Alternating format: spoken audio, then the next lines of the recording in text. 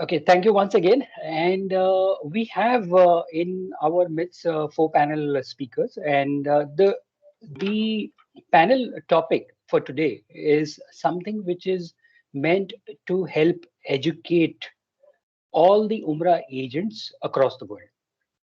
This is a discussion where our objective is to understand each other, understand expectations, discuss, and build relationship.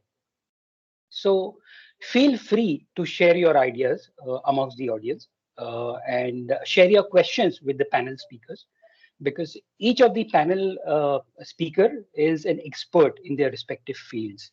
So this is a very good opportunity for you to listen to them, what they have to say about the Umrah business right now, the Umrah landscape right now, and ask your questions. Yeah, I see that some of the questions have already started. We will start replying to those questions. But before that, I just want to reiterate the topic of today's seminar is the role and expectations of Umrah agents, hotels in Makkah and Medina, and Umrah company in 1443 Hijri. Okay. I see that some of the audience, they are not able to hear me. I believe that you might have to check your bandwidth at your level because at, at least amongst us, we can hear what I'm talking about. Okay, so that's the topic, and we have four panel speakers today. First and foremost, would like to welcome Mr. Sami Khalid, who is the Vice President of Ilaf Hotels. Mr. Sami has been in this industry for a long, long time. He's an expert. He's a thought leader, and he will share his views basis the panel discussion. Thank you, Mr. Sami, once again for joining in, and we look forward to hearing your views and your thoughts with the entire audience over here. Mr. Sami, would you like to share something before we move?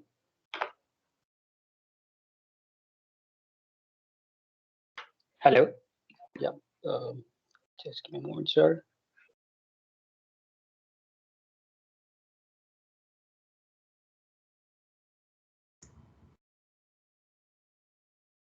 Yeah, it's a Mr. Sami. Mr.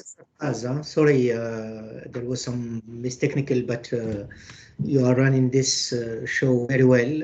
It's not easy to make this very successful with so many attendees. So it's really a pleasure to be part of this webinar, and we are really thrilled to reply on any concern or point which has to be explained to all the attendees. Sure. Thank you, sir.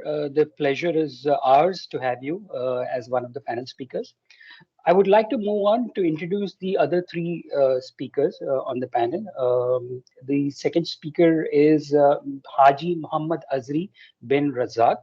Mr. Muhammad Azri is the Vice President for Hajjan Umrah at MATA, which is Malaysia Association of Travel and Tourism.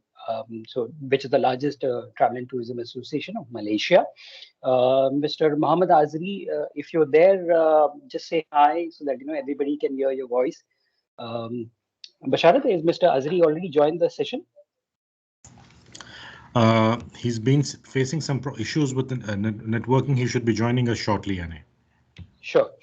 He has a network issue at his place. Yeah, we hear that there's a lot of rains right now in Kuala Lumpur and around, and there seems to be a bandwidth issue there. Let's hope for the best. The third speaker on the panel is Mr. Tariq Siraj. Mr. Tariq Siraj was, as recently a couple of weeks back, he was a chairman at TAP, which is Travel Agent Association of Pakistan, which is again the leading travel agent association in the country. We look forward to hearing him as well. And last but not least, we have Mr. Mahabur Chaudhry, who's the managing director at Zamzam Travel UK. So we have these four panel speakers. Basharat, is Mr. Mahabur Chaudhry also there? Yeah, yes, he's on with us. Mr. Sharif is representing him, and Mr. Mahbub will join shortly. Mr. Sharif is here with us on the panel now. Sure. Thank you so much. Okay. And finally, I would also like to introduce Mr. Walid Abdullah. Yeah, Mr. Walid Abdullah is the Senior Director of Sales and Marketing at Hajjan Umrah. And what is unique about Hajjan Umrah is this company has been there for the last 20 years, and they are just not a Saudi Umrah operator, but they are also a leading distributor of hotel rooms across the world. Mr. Walid Abdullah. Yes, Mr. Sifraz. Assalamu alaikum, everybody. Very pleasure to be with you. Inshallah, will all the support from Hajjan Umrah for hotels in Makkah and Medina, full packages, very special rates. We are here to help. Now have more than 20 years experience in Hajj and Umrah. So we are very happy to be cooperate and with you, inshallah, today. Thank you. Okay, thank you, sir. I see Mr. Chaudhary from Zandan Travels who has joined as well. In this panel discussion, while the language which will be used is English, but we have a lot of agents from Arabic-speaking countries. For all my brothers from the Arabic-speaking countries, feel free to ask questions or discuss, because Mr. Sami is very conversant with the Arabic, so he will be more than happy to talk to you in Arabic. Mr. Walid Abdullah as well he can talk to you in Arabic. Mr. Walid, would you like to repeat the same thing in Arabic for our Arabic-speaking brothers? Yes. معظم الشركات اللي موجودة معانا النهاردة بتتكلم باللغة العربية. فيعني ممكن نسأله في أي وقت سؤال باللغة العربية احنا نقدر نجاوب عليه. مستر سامي طبعا برضو بيتكلم عربي وممكن يكون ليه أي إجابات باللغة العربية، وأنا كمان أي إجابات تتعلق بالحج والعمرة والفنادق باللغة العربية احنا متواجدين يعني. شكرا. Thank you. Okay, thank you, sir. So with this, I would like to start the panel discussion. And before we start the actual topics, I would like to request all the audience members that the format is that we will have topics where the panelists, they will share their views, they will discuss amongst themselves. And while they're doing that, you will have a lot of questions. Okay, so you can write your questions in the chat window. You will see on top a chat window. You can keep writing your queries, and there is a team of people who will keep responding to you, keep helping you while you write those queries. At the end of another 40 minutes from now, we will open it up for all our audience to ask questions on this platform, which means that you can actually talk and ask each of the panel members your questions, ask queries, whatever that you would like to understand. But that is towards the end. In the meanwhile, if you have questions, you can write those questions in the chat window. Okay, so that this is just to make sure that the entire webinar goes on smoothly. Okay, so with this, I would like to actually start off with putting out the topic, and this is for Mr. Sami, in fact. Mr. Sami, how do you see the readiness of hotels in Makkah and Medina in receiving pilgrims from across the world? Because we know that Umrah was the markets, some of the inbound markets were shut, right? And many of the agents, they have been trying to visit Makkah and Medina, but whatever restrictions are there, they have not been able to visit. And we are very keen to know what is the situation in Makkah and Medina, especially in the context of hotels readiness. Good afternoon, everybody. The context, the actual context in our hotels, in Makkah and Medina, we are just operating now 2 hotels now, and 2 still closed, and another one in Medina under operation, but they are doing well. And these hotels, they are doing well because they are in the central, which is Abraj. It's just close to Haram. The other 2 hotels, which is still closed, are in the area which is a little bit far from the Haram, and all this area are still closed. What I wanted to share with everybody here, and I got lucky to attend one meeting with the Ministry of Hajj and our CEO 3 weeks ago. And we had the meeting with the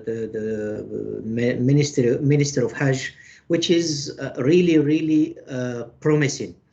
A huge plan is undergoing to open Mecca and Medina starting from January. There is two things which is, I think our audience today, they will be more than happy to get this as information. The target for Ministry of Hajj and Umrah, and we all know that the kingdom now is really opening and implementing a new regulation regarding the tourist visa. So this definitely, it will make a huge change in Mecca for our pilgrims and Mu'tamirin. As you know, 49 countries, which is they can apply the visa into the airport. So these 49 countries, there is a huge potential of Muslims from these countries. If you can just take, for example, only in Europe, you have minimum between 5 to 10 million Muslims in Europe. And these kind of people, they can come to Jeddah and to perform Umrah, and they can get their visa in the airport. This is something which is, it will make a huge difference. This already started, which is to reply on your questions. We are performing well because we are getting so many Mu'tamirin and guests from these countries, those countries which is France, Germany, Belgium, all these people, Muslims, was there getting the visa in the airport. So this is the number one, and this definitely, it will make a change for the next coming months, because all these kind of Muslims which is are in UK or in USA, they can come to perform Umrah without any issue. The second point, which is also very promising, with my small experience in hospitality and in TSA, I never seen any country implementing and emphasizing the regulation of the health and the sanitization and the program of how to implement the rules against the COVID-19. I had a chance to visit Mecca once a month, and I am seeing the improvement in terms of all the policies and guidelines which is the government taking, and they are updating day to day. There is progress and going. So, for example, 1 month ago, no one can perform Umrah more than once a time a week. So now, if the possibility and the availability in Mecca or in Haram, we can increase the number of pilgrims, it's updated hour by hour, which is something very interesting. All the digitalization which is started in Mecca, I am sure that we are very far forward versus some countries even in Europe, because when I had the chance to stay in the hotel and to get the permit to perform Umrah, so there is a slot of hours which you can get the permit, and when you get the permit, it's very well organized. You have just to come to the main gate and to show your booking, and you can enter, and it's very easy, very relaxed. It's not crowded.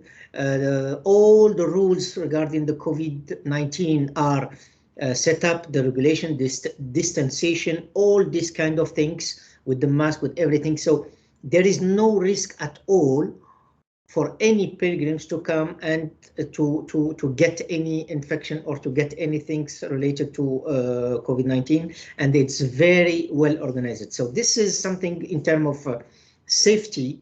It's very important for our guests, which is they witness it, that there is a follow-up from the government. Everything is under control, and all the pilgrims, they can perform their Umrah without any problem or without any scare. So this is something which is very important. So The future, I think it's very promising, as I mentioned in earlier, that the government want to open, but they don't want to open on hurry. They don't want to open without any regulation. They wanted to make things with the rules, with the policy. All the hotels are controlled. Our hotels, by the way, there was so many control from Ministry of Health, from Ministry of Tourism, from Baladia, to make sure that all the guidelines regarding the COVID are implemented. All the hotels in Mecca, they are dedicating 10% of the rooms for the quarantine guests. If any guests got infected or something like this, there is a special dedication and special task force for this kind of guests, and with the support of the government. So just to summarize, everything is under control. Everything is really transparent, well organized, and this is just to make sure that our pilgrims, they can perform their Umrah with very, very good health, without any interference, without any turbulence. And this is what is really making us very comfortable to start this new season of Umrah.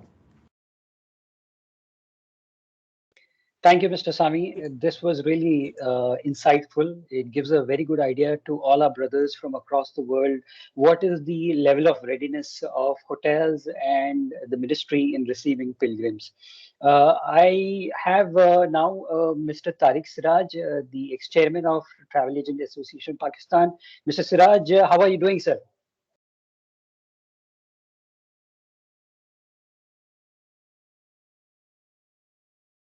Mr. Tariq, are you there?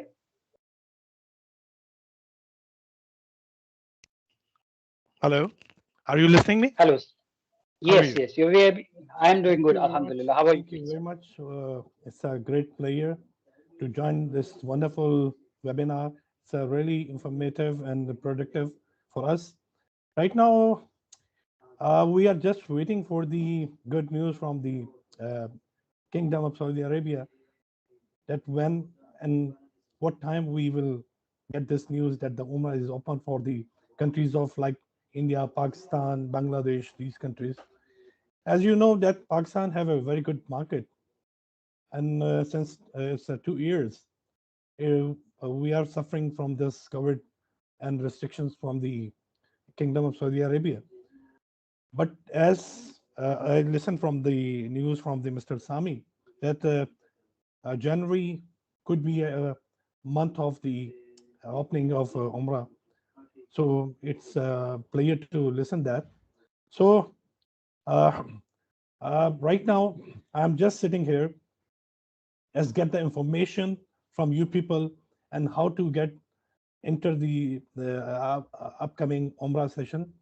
So thank you very much once again that I'm just listening you people, and while there is any question or any cross questioning or informative points, I will discuss with you people.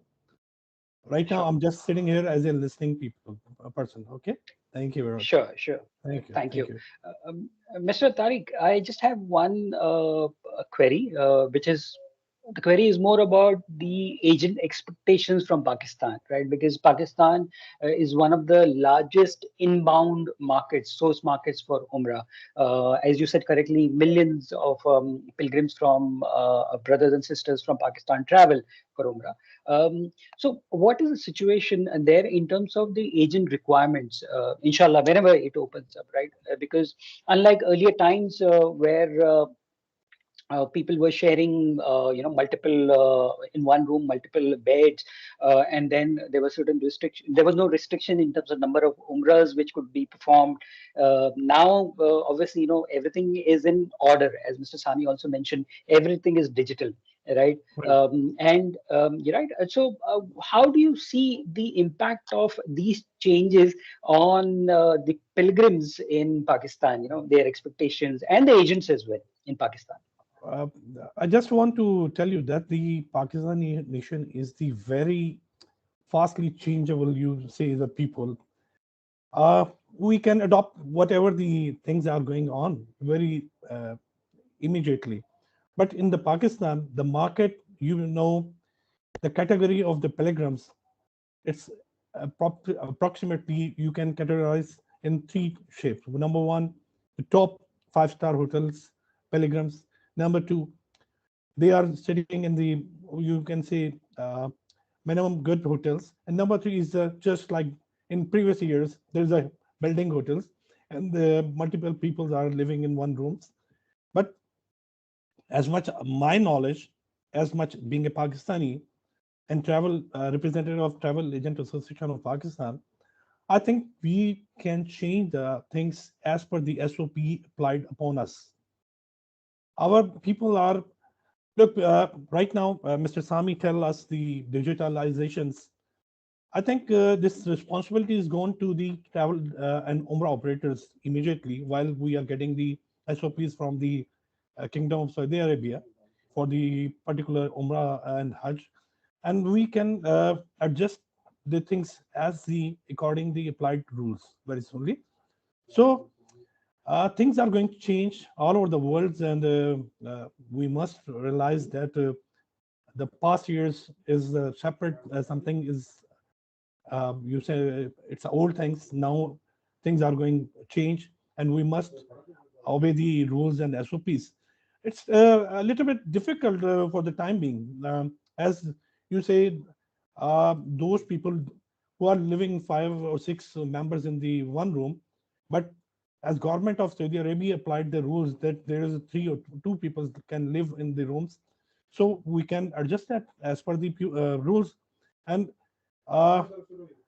my opinion, it could be possible that not huge people can, within the start of the Umrah, we can send in the category C, which is the third part of our category. But in second and first category, people are very anxious to want to go Saudi Arabia for the performing Umrah. Inshallah, we are the nation who can adjust very easily in the digitalizations and the new things. I hope so. We can face that difficulties, but we can adjust things very smoothly, inshallah. Thank you very much. Excuse me, Sir Faraz, I wanted just to highlight one thing, because I don't want to anyone get me wrong on this. What I shared with you regarding the ministry and the government, it was only for Umrah, not for Hajj. For Hajj, there is no visibility at all now regarding the Hajj, and no one can have any visibility on that. So what we are talking about now, it's only for Umrah and not for Hajj. That's quite better information. Good. Thank you. Thank you, Mr. Sami. I hope And so. thank you, Mr. Safar, I sorry, cut your words. Did you think that I replied according to your question? Yes, you did. You did. Thanks. In fact, you gave a lot of good insights. And the most important point that you clarified, which is important for all the companies which are operating in Saudi, the hotels in Saudi, that the Pakistani market is very flexible. They can Yes, adjust. They alhamdulillah. can as per the rules, because without the Pakistani market coming in, there would be a big challenge in terms of the capacity as such. So your words are very positive. It makes us positive. It makes us very optimistic, Alhamdulillah. Inshallah. and hoping Inshallah. that Pakistan Thank market opens up very soon, and we We will hope be so. We able hope to so, see you inshallah. brothers in Makkah and Medina. Thank you, sir. Inshallah. Thank you.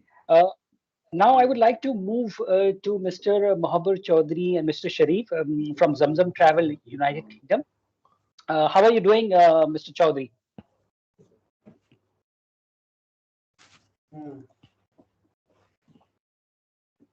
Mr. Chaudhary? Mr. Sharif?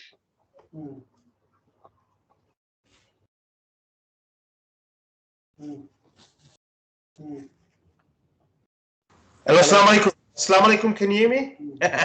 Yes, we can hear you. Thank you so much for joining. How are you doing, sir? Alhamdulillah. Alhamdulillah, very fine. Assalamu alaikum, everybody. First of all, I'd like to give my thanks to Ilaf for allowing myself to come on to this seminar. Alhamdulillah. Right, where shall I start from? we've been Sure.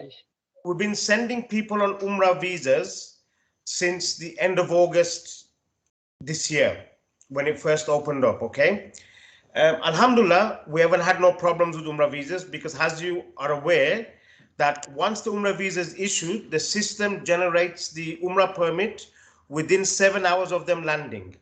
Yes. Okay. Now, Alhamdulillah, we've had quite a few people go, not a problem. But the problems that we are facing in UK, especially in UK, people are booking tourist visas, going to Saudi, whereby we just heard the rule by the kingdom for hotel rooms is only 2 people maximum in a room. Is that right? Yes. That's correct. Yeah. So how are the hotels giving 3 people triple rooms and quad rooms? We have had, we've got proof on this is only on tourist visa, not on Umrah visa. So why should people book with us on Umrah visa? Yes, the advantage of Umrah visa is they will get the Umrah slot straight away when they have landed, because the system will generate that. But we are losing a lot of customers to the tourist visa situation. And also the Maqam fees, which is a stumbling block, because that puts the hotel prices up. The hotel prices on the Maqam system includes obviously the 20% taxes, which is the 5% whatever and 15% whatever, and then the extra Maqam commission, which is 10%. Yes. So I don't know, anyone can give us a suggestion, but with a tourist visa, so customers saying to me, why should I book with you guys, Zamzam Travels, on Umrah visa when I can book myself on tourist visa and just go and do whatever I want? Sure, sure. Valid 2 questions, and I think we will get to the questions part of it.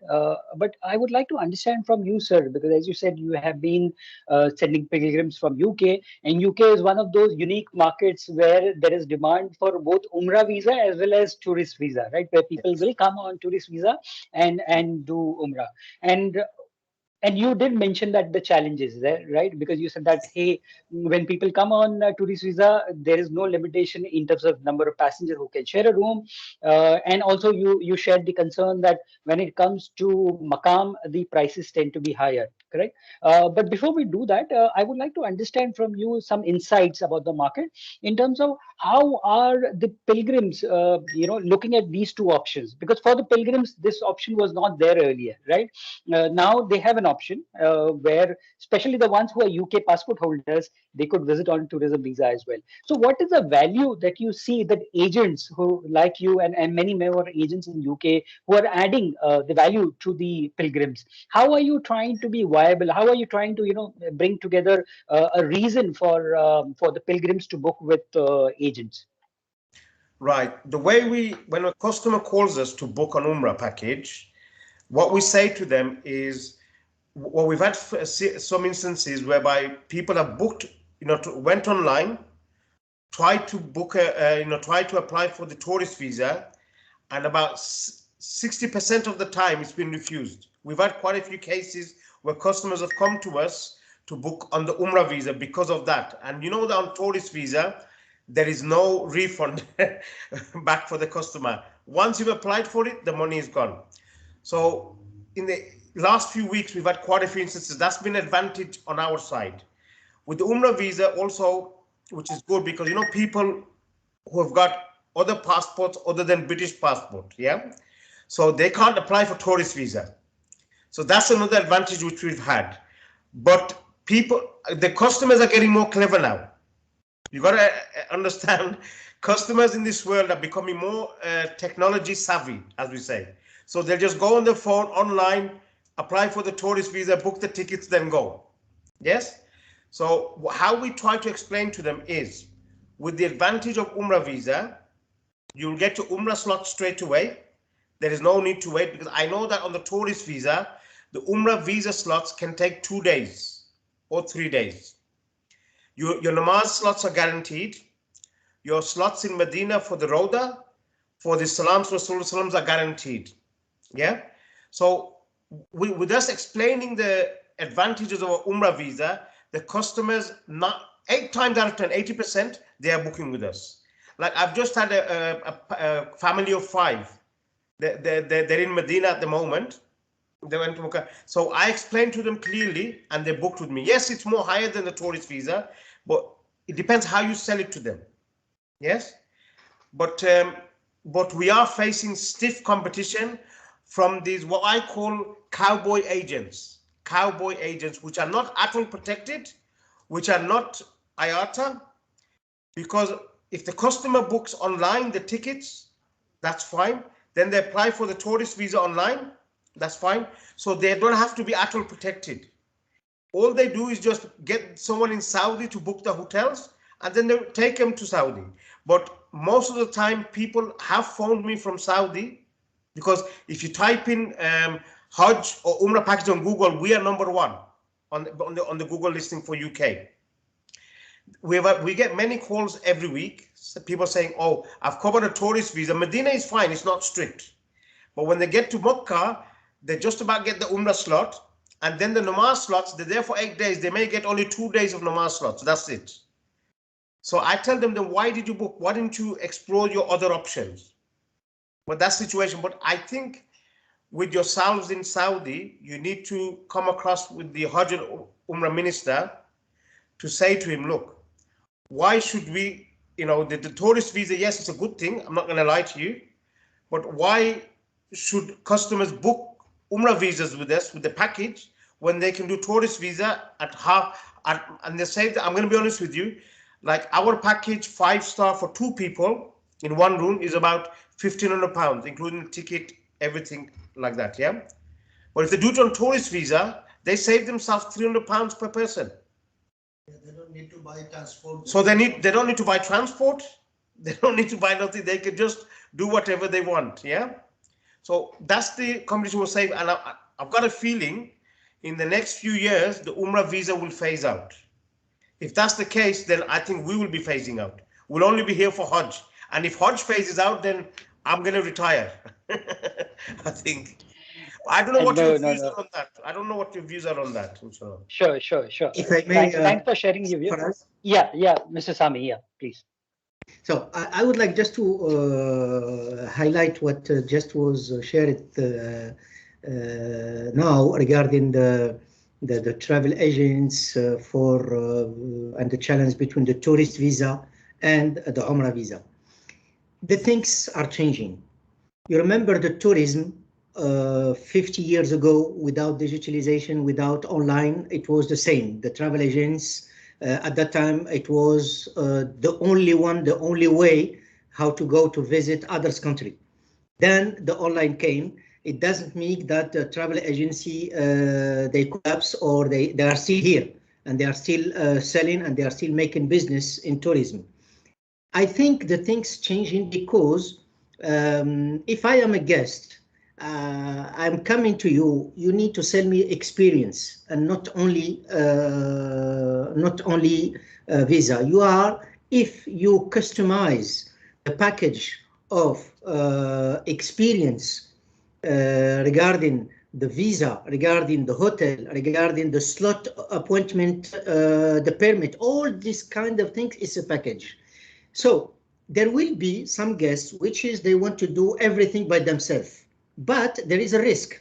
And as you mentioned, when he will come here, he will face some challenges in transportation. He will face some challenges to get the permit in 2 days, 3 days, it will not be the case when he's coming through you.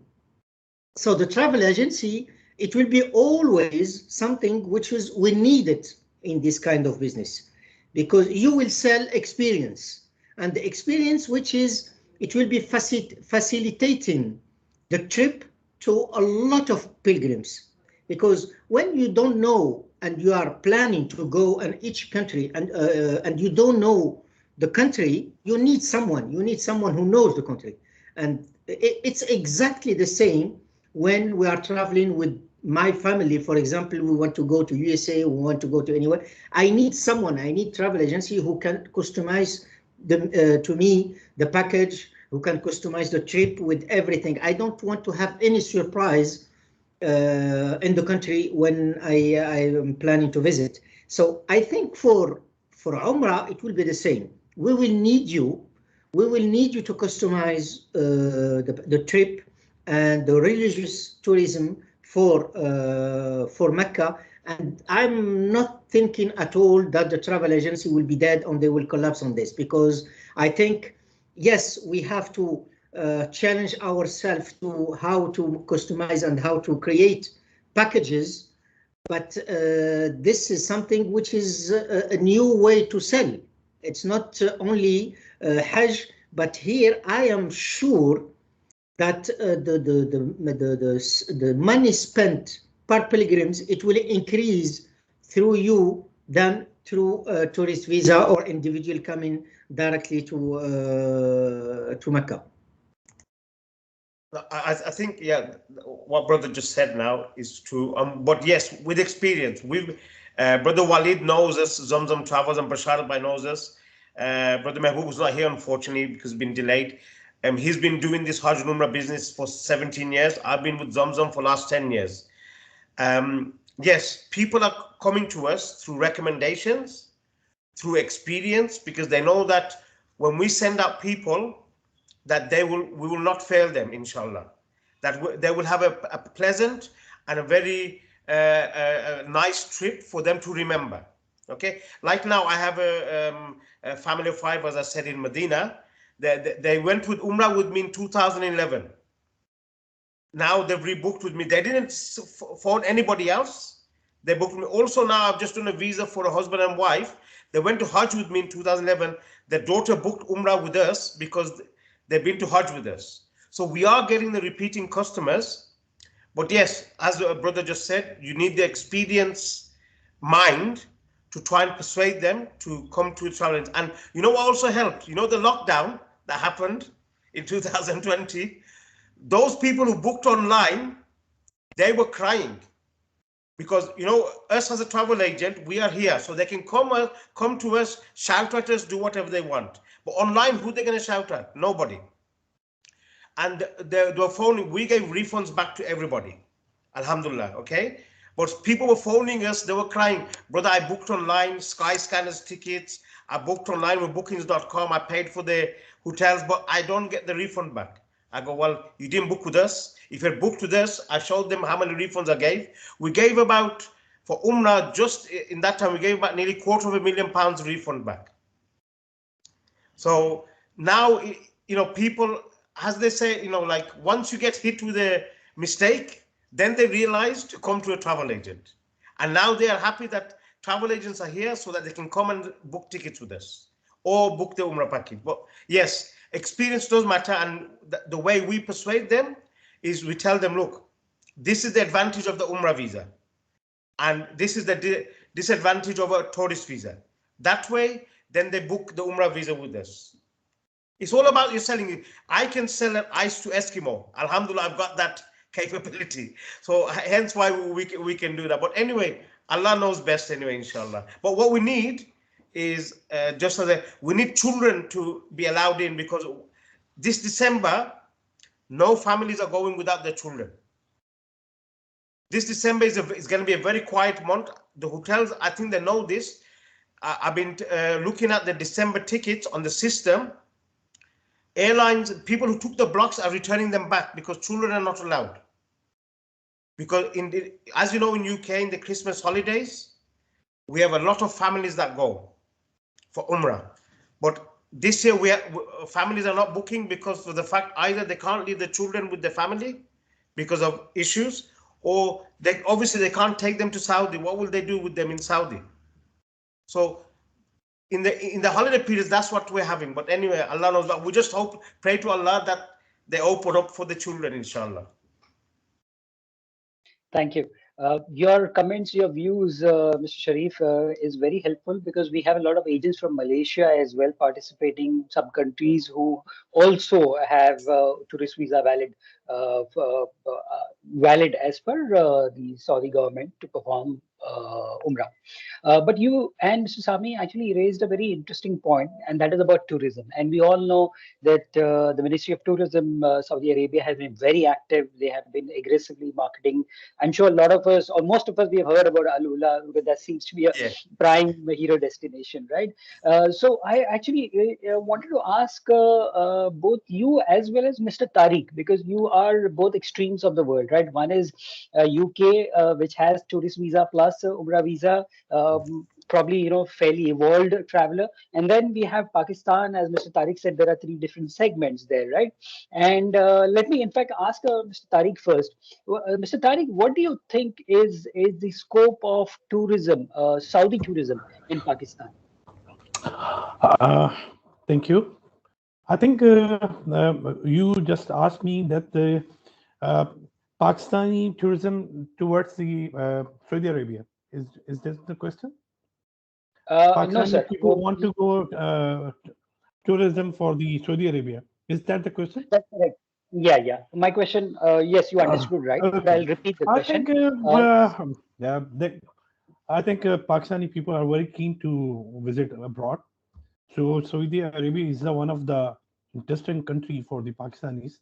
And while we are getting that news that Saudi Arabia is allowing us for the tourism, we can arrange with the collaboration of Saudi tourism companies and that would be a very potential business. You can say very potential in this business also. Instead of we are just saying that Hajjan Umrah is the second part, but tourism is the very big market from the Pakistan towards Saudi Arabia, and we need vice versa also. In past a few months before, one group of a travel agent tour operators from the Saudi Arabia, they get one webinar with us, and we are also giving that the information that Pakistan is the biggest market for the abroad. You can say in Hajjan Umrah, as we are need same vice versa from the Saudi Arabia towards Pakistan. And inshallah, you people know that our current Prime Minister vision is very, you say, important regarding the tourism, and they are doing very well steps for the getting tourism from the outbound. Inshallah, 1 or 2 years, Pakistan can arrange big market for the abroad tourism. And I think we are doing the same particular with the Saudi companies also. As per your question, Pakistan, once again, I'm saying you that the Pakistan have a very good potential for the sending tourism towards Saudi Arabia. And we need the collaboration from the Saudi companies. And inshallah, Pakistan market have a good potential, and we need a path to collaboration, how to arrange the system in Saudi Arabia. As Mr. Sami says that every tourism company and every person want to get some interaction while they are planned to visit somewhere.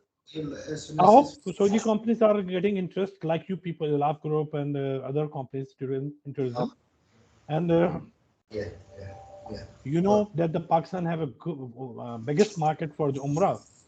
I think both of them, while Umrah people, if pilgrims want to go perform Umrah, and he can get the rest of the tourism in the Saudi Arabia, we can manage that very properly.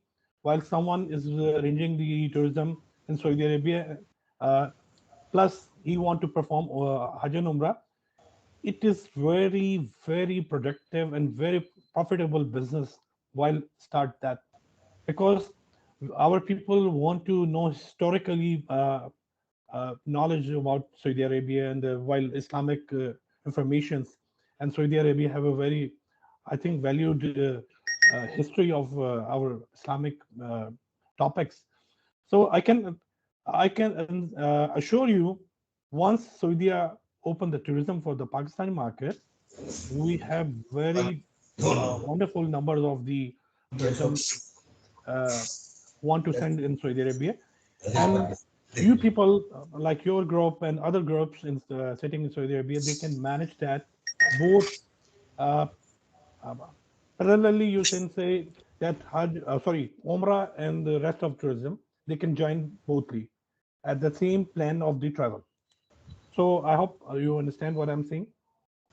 Sure, sure. Thank you for sharing your views. And yeah, it gives us hope that the travel agents, as Mr. Sharif also mentioned, that what is the future, what is the value add that the travel agents can probably you provide from their side is this opportunity, which is about tourism, right? Because Saudi is like a hidden gem in tourism. It's a Yeah. very big country, and a lot of places are unknown, and that's where really the role of travel agents comes in, where if they can put together very well designed packages, which is Umrah Plus as they call it. I think I'm Yes. sure there's an opportunity there, As right? my I friend, just want to go on. okay, Yeah, okay, go ahead. go on, please. I will just listen Okay. to you.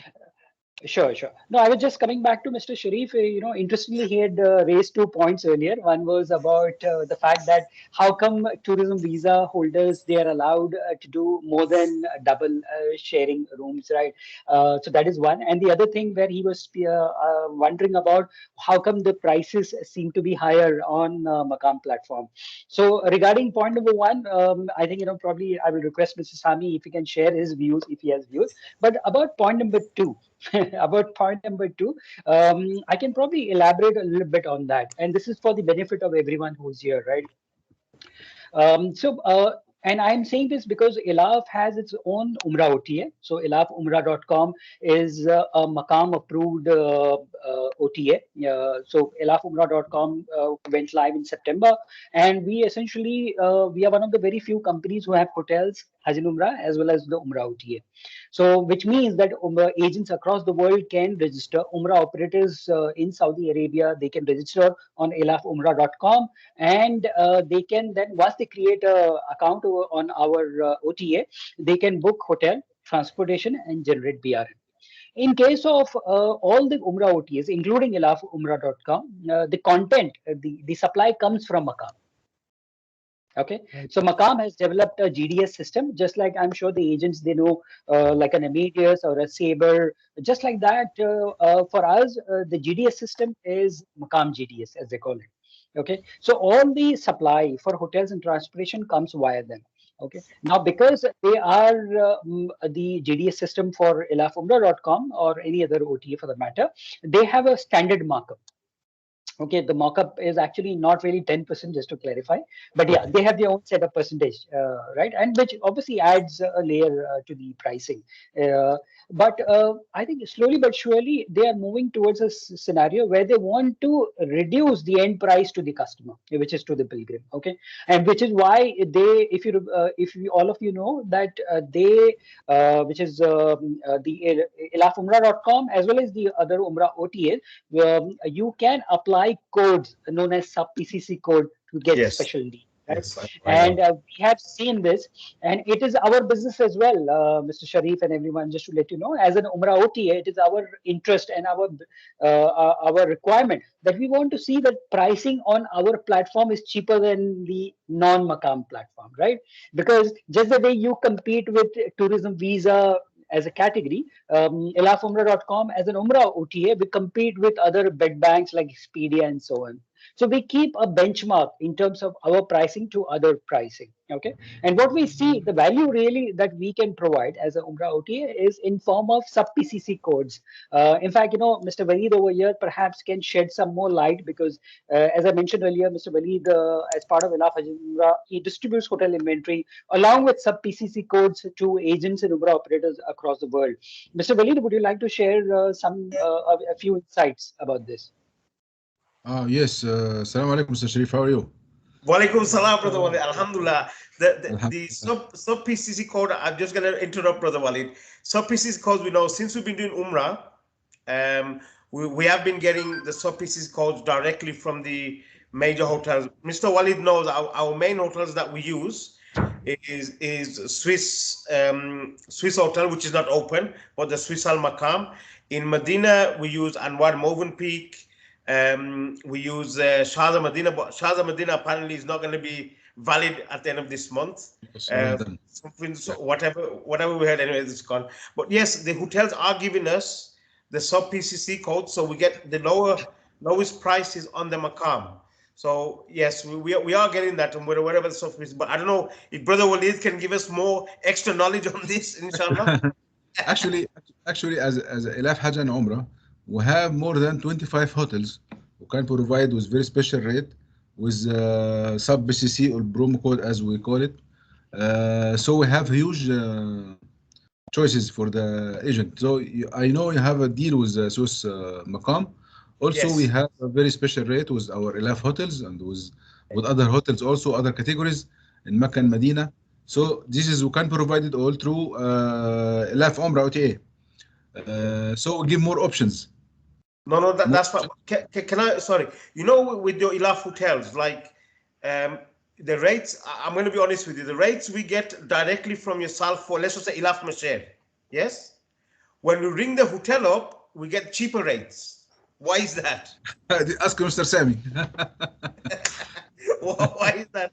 Well, seriously, I'm not like, ask Brother Walid, ask Brother Mehboob, or when you get a chance, we get the rate for Elaf Masher from you.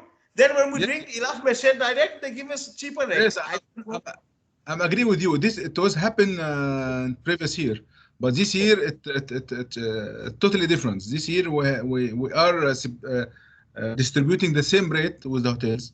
Elaf Mashar, Elaf Kinda, Elaf Taiba, the same rate which you got from the hotels you got from us. Okay. So same. Just to add something on that. Yes. Are you sure, Mr. Sharif, that this was happened now or before? This happened earlier on in September. This September, last September? Yes, September just gone. We were getting it cheaper when we rang Elaf Masher up direct. Yeah, it could be. I don't know, but it should not happen like this. Normally, with our sister company, which is Elaf Hajj Umrah, if you pass through Elaf Hajj Umrah or Elaf OTA, it should have a best rate than direct with the hotel. No problem. I think Brother Walid, you got Brother Mehboob's. Well, you and Brother Mehboob, you've been friends for many years, Brother Walid. So you know Brother Mehboob very well. Yes. So just what's happened the the prices for Elaf Masher and Elaf Kinda, yeah. As you know, we used Elaf Kinda in 2019 Hajj as well, and we did use it quite a bit. So speak to Brother Mehboob. I don't want to distract anybody, and give him the rates, and then inshallah we'll start using that again. But give him good rates. You know, Brother Mehboob is always looking for good rates. Well, you know, Brother Walid. You know Brother Mehboob better than I do, Brother Walid, anyway. Yes, no problem. Mr. Sharif, Mr. Walid, Mr. Sharif, Mr. Walid, and Mr. Sami, I'm sorry to barge in, but the discussion itself is so interesting. It's been like almost for 50 minutes now. But I would like now to open up the forum to our agents, brother agents across the world. In fact, we have a few already asking us, can we ask a question? So we'd like to open up the forum. And let all the agents they ask questions. Brother Safras, can I just carry on just 1 minute? Right, going back to the tourism for Saudi Arabia. Okay, just last August, one of the agents from UK, he went around Alula and all these places. Yeah, he stayed in one of the hotels in the tourism places of Saudi, 2,500 riyals per night. So 2,500 riyals per night. He stayed in a hotel by Alula. Okay. So if that's going to be the price, it's more expensive than Dubai. So do you know what I'm trying to say? Like 2,500 riyals divided by, let's just say, that's about £500 a night. So people would think, why should we go there when we can go in Jumeirah Beach Hotel for £500 a night? Can you understand what I'm saying? But obviously they need to be competitive, like Umrah. Give good rates so that we can. We was thinking of doing Umrah Plus this year, but we're gonna look at it next year to try and do Umrah Plus, and that way get more customers. But anyway, sorry, I'm disturbing you, Brother Safra, but I thought I'd just bring that into mind. No. This is a good insight, and I think as a destination, Saudi is opening up more capacity once it gets built in. I'm sure the rates will automatically get more competitive. Alula, to my mind, is a little exception because it's a very unique destination. It is, yes. Yeah. So coming back to all our brothers who have joined in and would like to open up the forum, Basharat, can you just open it up and take the questions, because I think I see Mr. Umar Farooq, he wants to ask a question. So yeah, Mr. Umar Farooq, brother Farooq, Umar Farooq.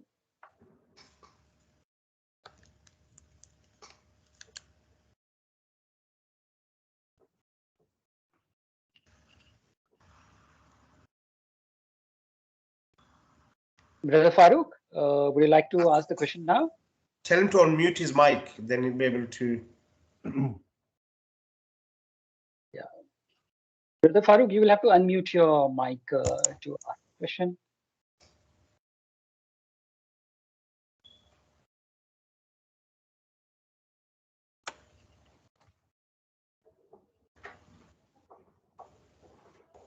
Okay. Anyone else who has a question for the panel? No, Umar Farooq, we cannot hear you. Yeah. We see you on the chat, but we cannot hear you.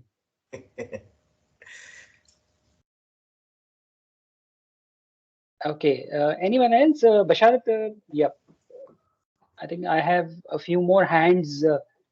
They are interested to ask a question.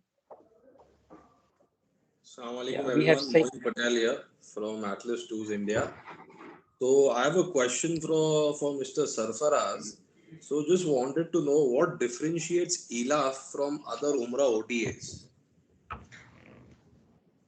Sure.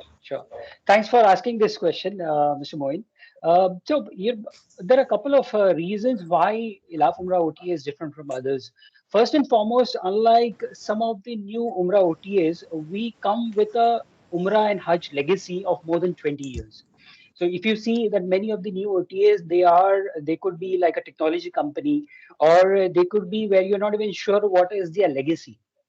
In case of Ilaf Umrah, Ilaf Umrah OTA, we have the legacy of Ilaf, which is one of the leading travel groups of Saudi Arabia. And with that comes trust and reliability. As Mr. Sharif was talking about in case of safe example in UK as well, there is this gap in terms of trust and dependability. And that's where we fill in. Okay. Which means that when you call us, when any agent has a problem, when they call us, the call center, what we have is located in Jeddah. It's not in somewhere in Egypt or India or somewhere else where you have like agents who are responding to you. What we have actually is a team who has more than 50 years of Hajjan Umrah experience responding to the agent queries, which means that when we try and help you, we try and help you with the perspective of the Umrah business, with an understanding of the Umrah agents as such. And last but not least is that we are one of the few companies which also has enough Hajjan Umrah, where we hold hotel allotments, room night agreements, which we can try and help you with special codes, pricing, and so on. So these are three major differentiators as for Ilaf Hajjan Umrah and Ilaf Umrah OTA as compared to other OTAs. Thank you so much. Another follow-up question for Mr. Sami would be that you talked a lot about the changes in the Umrah policy, and you mentioned January as the upcoming, which is tentative. So I'm not taking the word for that because there's no official communication.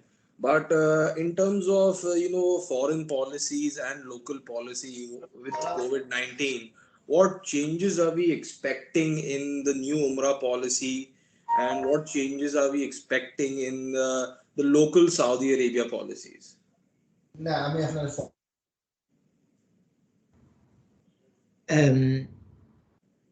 So regarding the policy in the kingdom, it's exactly the same policy where we can find in all the countries, except I heard so many concern from our colleagues regarding the number of guests in the room. So far, there is no really a clear regulation regarding this number of guests in the room. There was Minister of Tourism, the authorities, which they came, they visit the hotel. They of course, if you have any room which is a smaller room and which is not in line with the regulation of the authorities, definitely it will not be sellable, and it will be maximum for 1 or 2 guests. But we have a lot of requests, which is family rooms. The family rooms, when you have and you are coming to the country with your wife, with your families, there is no restriction on that, because it's part of your families. So you can have one room or one biggest room with all your family in the same room. So there is no regulation of that. The most important regulation, if it's like when you have a group of people, and this, yes, it will not be as it was before, which we can put 5, 6 people, 6 person or 6 guests in the same rooms. This is something which is definitely, it will be banned from the country. So now what we have in the kingdom, in the Mecca hotels, especially because they are very strict on Mecca hotels, the authorities came to the hotel, inspect the rooms, and we removed so many beds in the rooms, which is before it was 4, 5, 6 bed. So this is not allowed anymore. So they're saying there is a distanciation, which it has to be as a policy in the hotel. And honestly speaking, between us, if we want to give a very good experience and nice experience to our guests, we should not allow this kind of things, which is a small room with the 25 square meter and to fit 6 bed on this kind of room. This is something definitely we will not say it anymore, because they want to control us. And for example, when we want to make a triple room, it has to be a normal distanciation between each bed, which is, I think it's good for all the guests, and to have a good experience in all Mu'tamirin. So now the restriction is this. The restriction coming to kingdom, yes, it has to be 2-dose vaccinate, which is, I think this is mandatory for all the countries. We don't have update regarding which kind of vaccine, because what is allowed in the kingdom, we are all in line with Pfizer, AstraZeneca, but I know that some countries, they are still with the Chinese vaccine, or I think the Russian vaccine, which is still not permitted here in the kingdom. So, but other than that, if you have the 2 vaccines with the allowed vaccine, there is no restriction on that. The normal restriction is when you go to Haram to perform your Umrah, is the distanciation, which is, they are doing it very well. There is a lot of volunteers in the Haram, which they are respecting this distanciation, and they are helping the Mu'tamirin to respect this distanciation. And the mask, this is the only policy so far we have from the authorities. And yes, and this, it's all well organized and controlled under the permit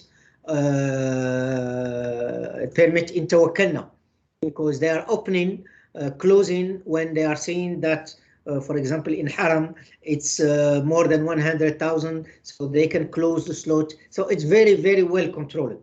So all these kind of things is just to make it easy for our pilgrims to perform Umrah at their ease and very comfortable.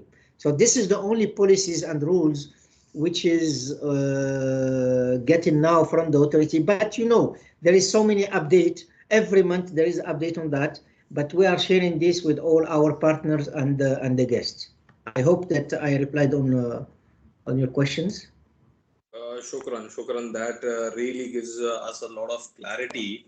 Yeah. One last question for Sarfaraz would be that, as Mr. Sharif also mentioned, the challenges which he faced with the tourist visa and everything. Right now, maybe the slots aren't really open for tourist visa holders, but Umrah visa holders are given a priority. But in the next 6-7 months, when the world comes back to normal, when Umrah comes back to normal, right? Obviously, we can't really work on this pace. Do you think the BRN number would become obsolete with the advent of tourist visa? Okay, no problem. That's a very interesting question, actually. And It's like crystal ball gazing. How do we see the next 6 months and 12 months? And I think we all have failed most of the times in the last 2 years to see what exactly is going to happen, right? So to answer this question, I must tell you one thing, and I would like to share it with everyone over here. The changes that we have seen till now is just like the initial part. We all can expect a lot many more changes to come. Okay, whether that be the question as Brother Moin asked, whether the BRN would be relevant or not. Okay, whether the slots will it be enough for when the entire market opens, right? Or for the matter, what is the would Umrah visa stay or not? Because Brother Sharif actually spoke about that, right? All these questions are on everybody's mind, right? And we don't know exactly what will be the answer. That's for sure. Neither, not I, not you, no one. But we do know that, especially with the new minister who's come in, we can expect a lot of changes. Okay, and I'm only hoping that it would be for the betterment of everyone. So I'm sorry, Mr. Moin, I do not have a definitive answer to this whether BRN will remain relevant or not. But unfortunately, we are all in the same boat in terms of understanding how the market is moving forward. Brother Safras, can I just interrupt? Sorry, brother. Your other colleague would mention that if the family who are going to Umrah, let's just say family of 5. So as far as we know, it's only double rooms allowed. But apparently, what he just said, if they're all one family, then we can have a triple room and a double room. Is that correct? On the Umrah Maqam system? No. No, in Umrah right now it's limited only to twin sharing, and this is a limitation by Maqam. Yeah. Brother Walid, this is Brother Mehboob here now. Assalamu alaikum. Brother Walid, can you see Brother Mehboob? Yes, yes. Assalamu alaikum, Mr. Mahbub. Sorry, I'm late. I didn't sleep last night well. No So I wake up problem. late. Okay, okay. Mr. Moin, Brother Moin, you have any more questions? No, that's it from my end. I just wanted to I understand the vagueness in your answer. Just wanted to get your perspective on it. But yeah, thank you for answering my questions and looking forward to working with you guys in the future. We hope to as well. Atlas is one of the reputed agents in India. We hope that India opens up very soon and we'll get to work together, inshallah, very soon. I would like to move on. I would like to move on to Mr. Umar Farooq. I think he was trying to ask a question earlier. I think now he will be able to ask the question that he wanted to share. Mr. Umar Farooq. Assalamu alaikum. Hope everyone can listen me now. Yes. Brother, I really want to know that Europe is open at the moment for the Umrah purposes, and people are coming from the Europe at the sometime, as I know. But do you know when it's gonna be open for the Asian countries like for India, Pakistan, and Bangladesh? Because it's not looking anything nearby that they are opening soon, and we don't have any kind of policies what is going to be happening. The prices are coming from the Ikama peoples they are traveling from Pakistan and other countries at the moment, but they have to quarantine for any other countries for 14 days or something like this. So do you have any idea when it's going to be open for these kind of countries? Thank you. Sure. Thanks for asking this question, Brother Farooq. In fact, this question I think is there on almost every agent and Mutamers mind in these countries, which is Pakistan, India, Indonesia. For example, Ilaf does a lot of Ilaf gets a lot of passengers from Indonesia. Unfortunately, nobody has an answer, and we know that there are a lot of rumors. We know there are a lot of news which are not substantiated. What we as a company we believe at Alaf, we do not pass our comments or our judgments basis these rumors. It is unfair. So this answer again might disappoint with a lot of audience, but there is no definitive date by when at least to our knowledge, there is no definitive date by when the red list countries will be allowed to travel. Just like all of us, we are praying that our brothers get to travel to Saudi. And what is very positive, Alhamdulillah, is that the situation in terms of COVID in Saudi is very much under control. That is something which is very good. I think the government of the Kingdom of Saudi Arabia has done an exceptional job. I think it's one of the best, controlled situation in the world. When I say controlled situation, in the way they have controlled the COVID pandemic in Saudi Arabia. So they have done that as a great job, and we see on a daily basis the numbers are under control, right? And which I think personally, is encouraging sign that they might open up, hopefully, inshallah, very soon, right? Unfortunately, while we're talking, and since you spoke about Europe, there are some countries that we hear in Europe, they are seeing again a surge, right? And that I think could, as a pilgrim, as a person who works in the industry, these are the signs of concern for us. Okay, but having said so, coming back to your question, no, no one has a definitive answer in terms of when the flights would be allowed to come, directly from these markets into Saudi. Thank you so much. And just one more question. See, there used to be a visa, the tourist visa for the Pakistanis. Those have a UK or US residence or any other kind of thing. They are not permanent residents of the UK or US, but they can travel with the tourist visa of Saudi Kingdom. So is it open at the moment or no? Do you know anything about that? To my knowledge, the tourist visa is valid only to the passport holders. This is to my understanding. Unless Mr. Sharif, Brother Yes. Sharif, do you have a Just to let you perspective know, on yeah, with the tourist visa, so if you got a British passport or American passport, then you can apply. Any other passport like Pakistani, Bangladeshi, travel document, or European passport, living in UK, you have to apply Umrah visa.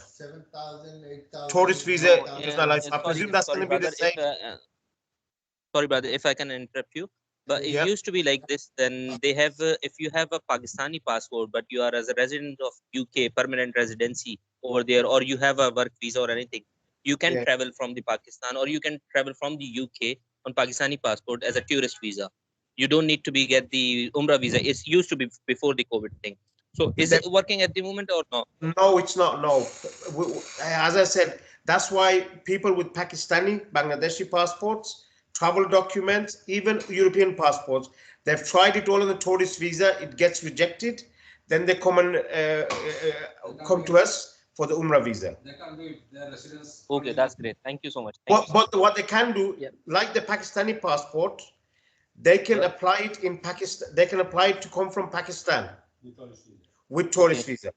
So if they are in Pakistan, then they can apply it from there, but they won't be able to apply it from UK. I think the system recognizes it if you are living in UK, because you have to put your name and address and everything in the tourist visa application.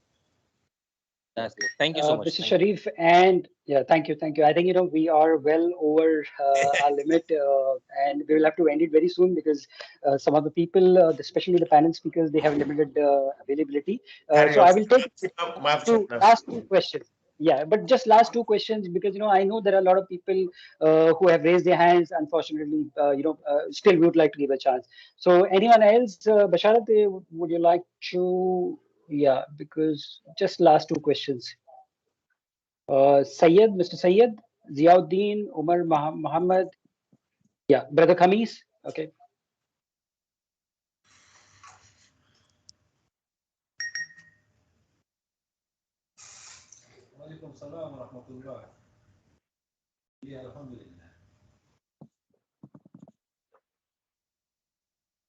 Brother Khamis, would you like to go ahead?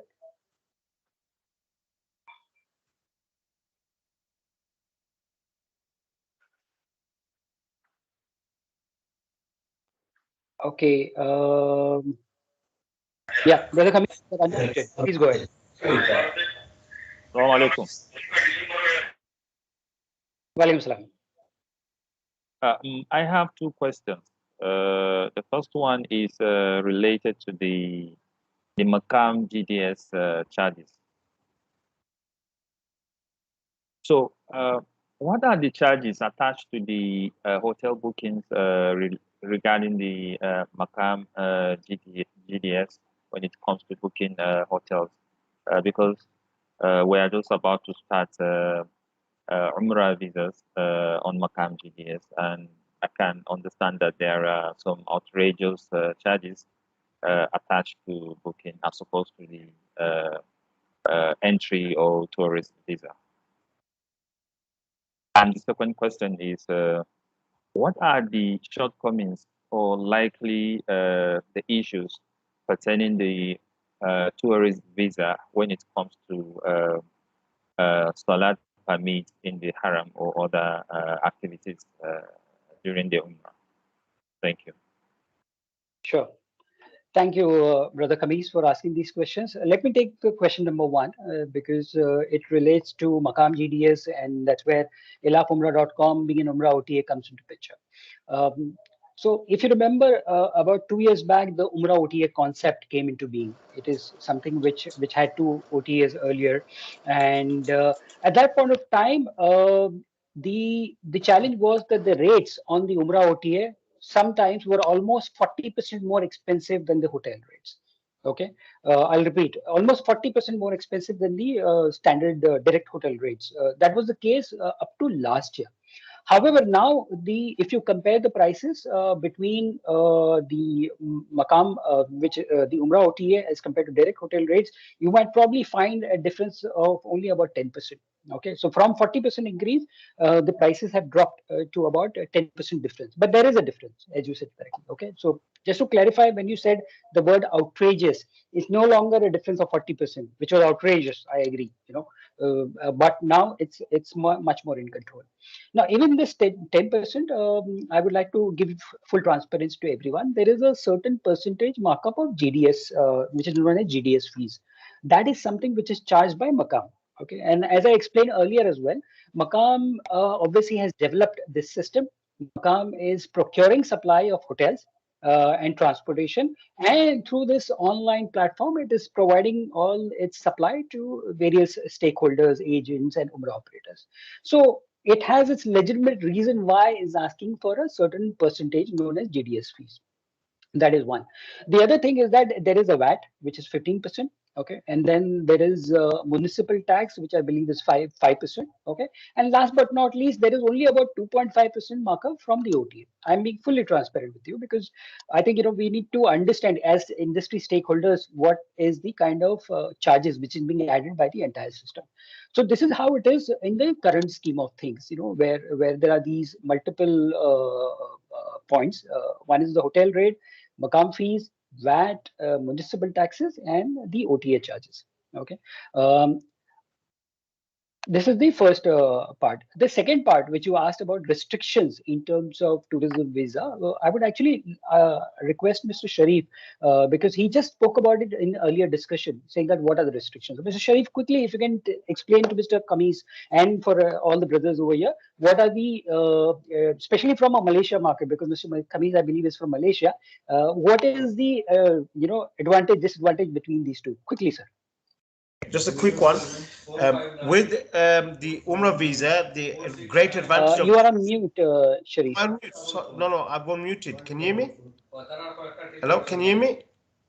Yeah, I can hear you. We can't hear you. Yes. Yeah, I think Safrazba, you can't hear me, but everyone else can hear me. I think you're on mute with me. Was it Safraz? I can hear you. Okay, right. Yes, okay, I'll carry on, no problem. The advantages of the Umrah visa is that, one, your Umrah permit is generated 7 hours after you've landed. So as soon as you've landed in Jeddah airport, gone through immigration, let's just say you land at 1 o'clock in the morning, your Umrah permit will be given to you between the time of 6 till 9 o'clock on the same day in the morning. Okay. Secondly, your namaz permits are already generated into the Tawakkalna app. So now the Umrah company does not have to generate the Umrah permits. As long as you show the Tawakkalna app, you will be allowed in because we will give you the ID card for Umrah. Thirdly, your permit for the Rauda in Medina, your permit for the Salams of Rasulullah Medina is automatically generated, so you'll get that anyway. But the tourist visa disadvantage is that Umrah, we get hundreds of phone calls every week. You don't get it until 2 or 3 days, depending on the slot availability. You may not get it until 3 days after you've landed. Namaz slots, Medina is not strict, but Makkah, if you're there for 1 week, you may only get 2 days worth of namaz slots. So hence, that's what we were saying before. The experience of selling the Umrah package on Umrah visa is these are the advantages. I hope that answers the question, Brother Safraz. Yeah, thank you. I hope, Brother Khamis, this answers your question.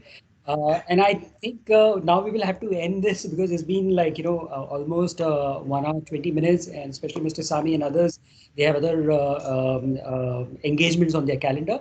My request to everyone over here is that you are, more than welcome to share your questions, and you can actually write to us, care@ilafumrah.com. I've already shared the email ID. Please write your questions to this email ID. You can also visit ilafumrah.com, okay, and then you can share your questions there, and we will you can share your questions on WhatsApp number as well. The WhatsApp number is listed on ilafumrah.com. You can actually see and then write to us. We will inshallah respond to every question. We would have been very keen to answer it right away, but we have limited time, and we are more than happy and would like to thank, in fact, all the panel speakers, Mr. Sharif, Mr. Sami, Mr. Walid, and Mr. Tariq, for being so informative and for sharing their knowledge. They are truly the thought leader of the industry. Thank you so much, Mr. Sami. Thank you. Mr. Sharif. Thank you, Brother Safra. Safra, just a quick one before you go away. Why is the Umrah visa more expensive than tourist visa? That's just something because the Umrah visa it's about 753 riyals. Is that right? Yeah. And so equivalent to UK pound is 185 pound. But tourist visa is 105 pounds. So can you see the difference? Let me answer it this way. The Kingdom of Saudi Arabia is opening up for tourism. It's very, they are very keen to bring in tourism as much as possible, right? And I think this is one of the ways to bring interest in the customers that come and explore the kingdom. Probably that explains, why they are keeping the price to be on a lower side. And look at this way, probably the price will be low only for a time being while the interest builds in. I'm sure over a period of time it will bring to the same level, right? So you might as well enjoy the low prices right now. No problem, inshallah. Jazakallah khair, people of Ilaf. I've really enjoyed this and let's do this on a regular basis, inshallah, to keep up to date with everything, inshallah. Thank you, Mr. Sami. Thank you for your time. Thank you. It was a pleasure. Jazakallah khair. Sami. Okay. Bye-bye. Okay. Mr. Sami, I was requesting if you have any last words of to share with others. Okay, fine. Thank you, Mr. Tariq. Thank you, everyone. And as I said, please share your queries to care@ilafumrah.com or visit ilafumrah.com. We'll be more than happy to respond to you. Thank you. Inshallah. Thank you. Jazakallah khair. Assalamu alaikum.